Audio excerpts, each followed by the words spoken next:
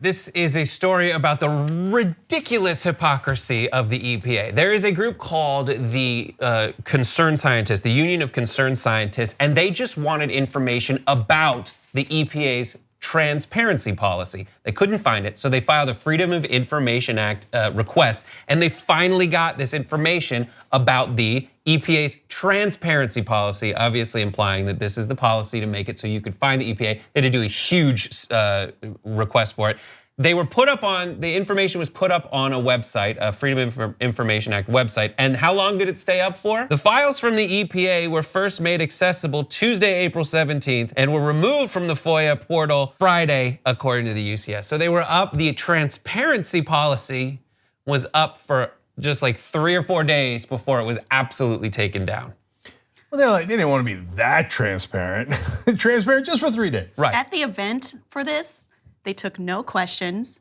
No members of the press or major publications were invited. And they took a long time to send out the release itself and did not respond to petitions or like questions from people after that. In the Trump administration, there's some chance that they struggle with words. Certainly he does. So they might not know what transparent means. Well, the transparency policy of the EPA is actually designed to make things more opaque. They want to put restrictions on what kinds of studies you can put out there that can inform the way that they make EPA policy.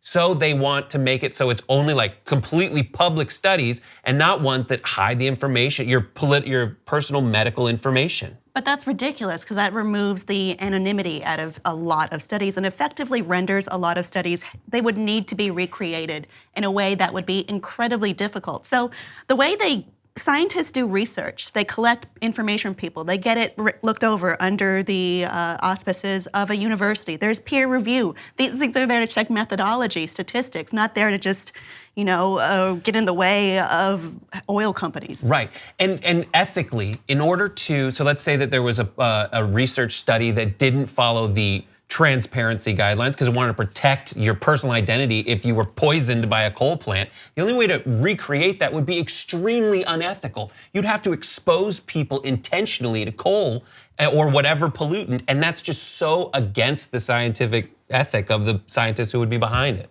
Or, in essence, this becomes like macro doxing. Yeah. Doxing all these folks.